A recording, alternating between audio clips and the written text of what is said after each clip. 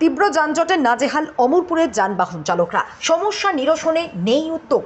ক্ষুব্ধ ও তিতিবিরক্ত পাড়ার বাসিন্দারা, পথচারীরা এবং যান চালক সহ সংশ্লিষ্ট সকলেই। অমরপুর চণ্ডীবাড়ি সংলগ্ন স্কুল মাঠে চলছে বৈশাখী মেলা। ফলে দিনের বেশিরভাগ সময় এবং সন্ধে থেকে গভীর রাত পর্যন্ত পর্যাপ্ত বিকল্প যাতায়াত ব্যবস্থা না করেই অমরপুর শহরের প্রাণকেন্দ্রে যানবাহন চলাচলের বিভিন্ন রাস্তাগুলি কারণে অকারণে পুলিশের নাকাবন্দি করে রাখায় এবং যানবাহন চলাচলের নিষেধাজ্ঞা জারি করে রাখার ফলেই অমরপুর শহরের যানজটের সমস্যা তীব্র থেকে তীব্রতর হয়েছে। শহরের প্রাণকেন্দ্রের বিভিন্ন রাস্তায় যানবাহন চলাচলে নিষেধাজ্ঞা জারি করে অমরপুর শহর থেকে শান্তিপল্লী, বীরবল দাস পাড়া ভায়া টাউন রাংকাংয়ের মধ্যে যাতায়াতের একমাত্র সরু রাস্তাটি যানবাহন চলাচলের জন্য উন্মুক্ত করে রাখা হয়েছে। কিন্তু ওই একমাত্র যানবাহন চলাচলের রাস্তার পাশে রয়েছে একটি পেট্রোল পাম্প ও মহকুমার একমাত্র সিএনজি স্টেশন।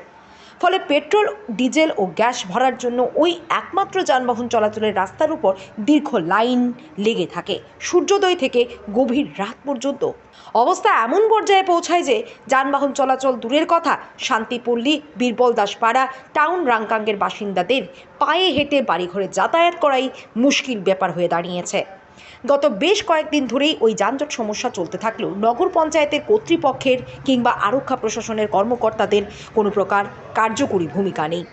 ফলে ক্ষোভে ফুঁসছেন উল্লেখিত পাড়াগুলির বাসিন্দারা এবং সংশ্লিষ্ট যানবাহন চালকরা।